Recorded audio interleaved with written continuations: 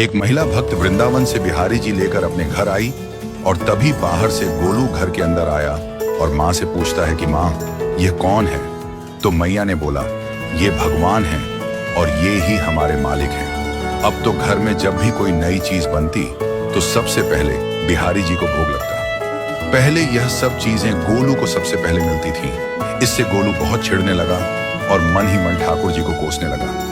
एक दिन गोलू की माँ काम पर जाते समय बोली, गोलू, यमुना जी से मटके में जल भर कर लाना।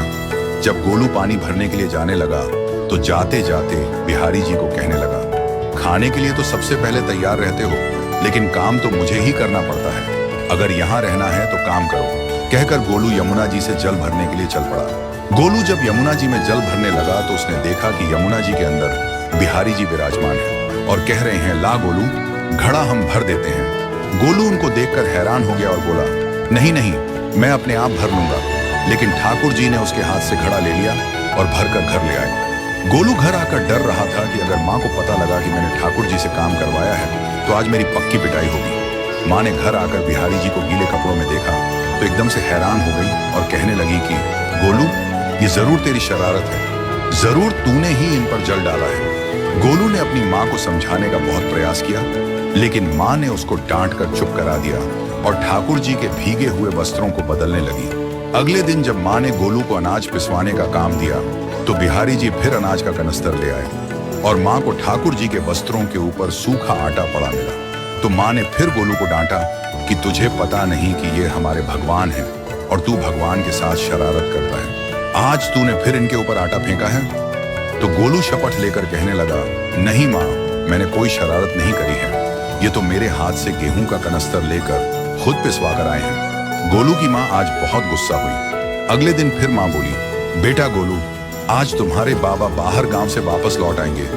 बस आज का ही काम है, तुम जंगल से थोड़ी लकड़ियां ले आना। गोलू फिर डर गया, कहीं ठाकुर जी फिर मेरे पीछे ना आ जाए। गोलू ने माँ को बोला कि मैं चला तो जाऊंगा, लेकिन बिहारी जी को समझा लो, वो मेरे पीछे ना आए। उसकी माँ हंसकर बोली, हाँ हाँ समझा दूंगी, तुम जाओ तो सही।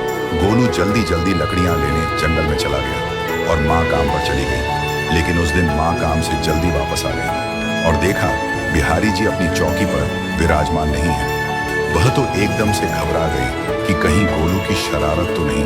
वह भागी भागी जंगल की तरफ गई। तभी उसने देखा कि गोलू के साथ एक इंसान लकड़ियों को लेकर घर आ रहा है। गोलू की माँ ये देखकर हैरान हो गई कि ये तो बिहारी जी हैं। ये क्या हमारे भगवान हमारा काम कर रहे हैं?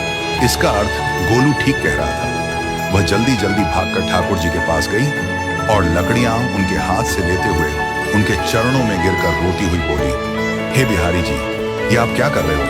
मुंह गरीब का काम क्यों कर रहे हो? ठाकुर जी मुस्कुराते हुए बोले, हमें तो तेरे बेटे पर बहुत प्यार आता है। सब लोग हमें भगवान समझते हैं, लेकिन एक तेरा बेटा ही था जो हमको अपना मानता था। अपना मानकर वो हमें डांट भी देता था, हमारे साथ गुस्सा भी करता था, और जो हमें एक बार अपना मान लेता है तो हम उसके मान के लिए उसके ही हो जाते हैं।